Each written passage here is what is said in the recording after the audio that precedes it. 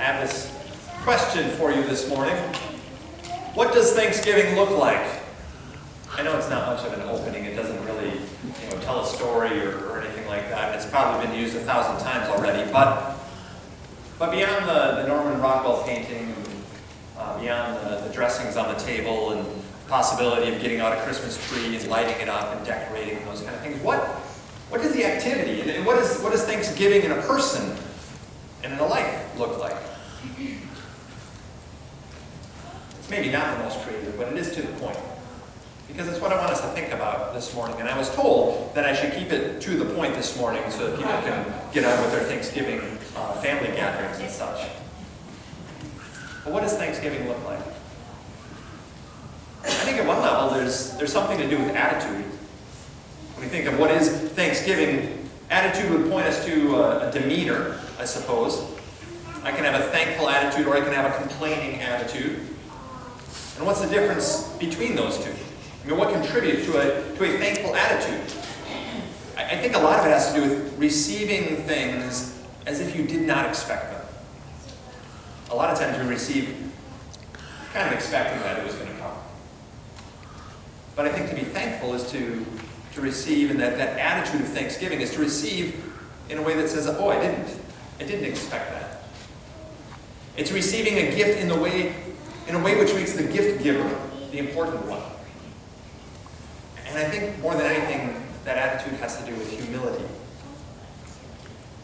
That's an attitude of thanksgiving. But thanksgiving is more than just an attitude. I think thanksgiving has to do with feeling. We don't talk a lot about feelings in Lutheran circles all the time. But feelings are definitely something different, I think, than attitude. If attitude is a posture, then our feelings are maybe something that's less controlled. Feelings are emotional. And sometimes I think simply because feelings are so difficult to control and so sometimes unexplained, we can idolize certain feelings. We long for certain feelings because they seem a little bit out of our grasp. There's a comment in the reading today from Philippians we heard earlier which points to feelings, I think. Paul says, I have learned in whatever situation I am to be content. And I think the feeling of thanksgiving is contentment. Being content has to do with how we feel. I mean, feeling content is easier said than done. Because to be satisfied is not always a simple thing. So, if you think about that reading, how does Paul claim to have learned this? He learned it through experience. He says, I've learned in whatever situation. And in the absence of any teacher being mentioned, we can know that he's saying that he's learned this contentment through experience.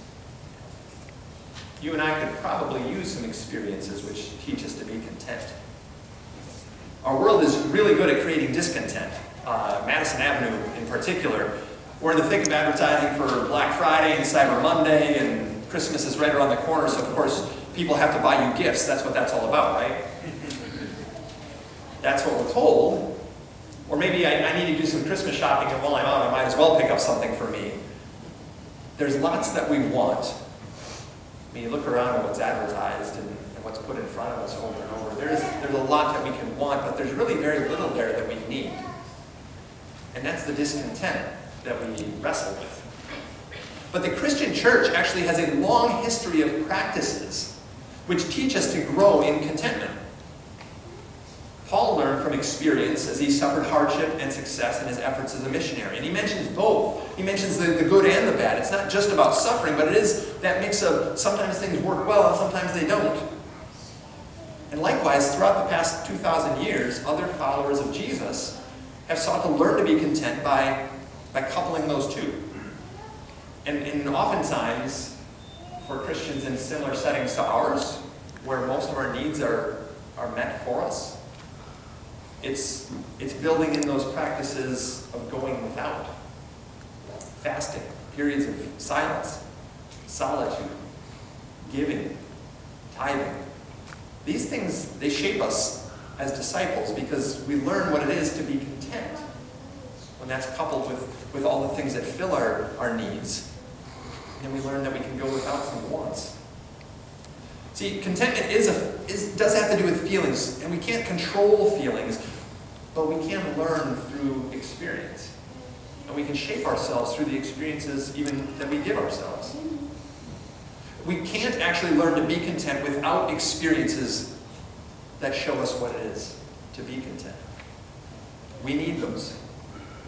We need those things that tell us it's okay without some other things because we always have Jesus. So contentment, it's a feeling of thanksgiving. Thanksgiving looks like an attitude, it looks like feelings. It also looks like words.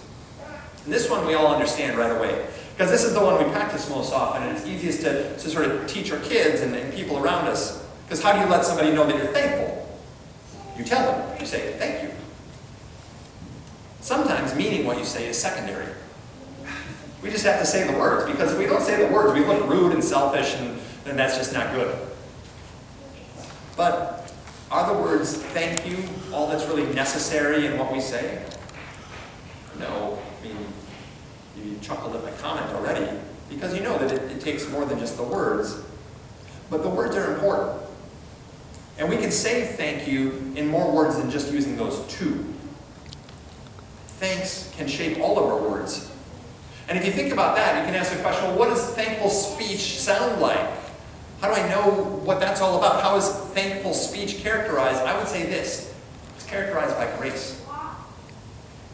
When we recognize thanks in someone's words, we notice the gracious character of their speech.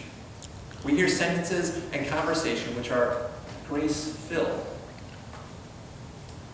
Those words give something to the other person. We just talked about that with the kids, right? The baptismal font, grace is a gift. And if our words are grace-filled, our words are filled with gifts for other people. And these three are great. The attitude, the feeling, the words, but we know that there's one piece missing, and we've kind of hinted at it already.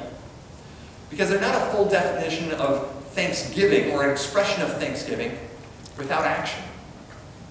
So what is thankful action? Well, it's like these others, it's action on behalf of someone else.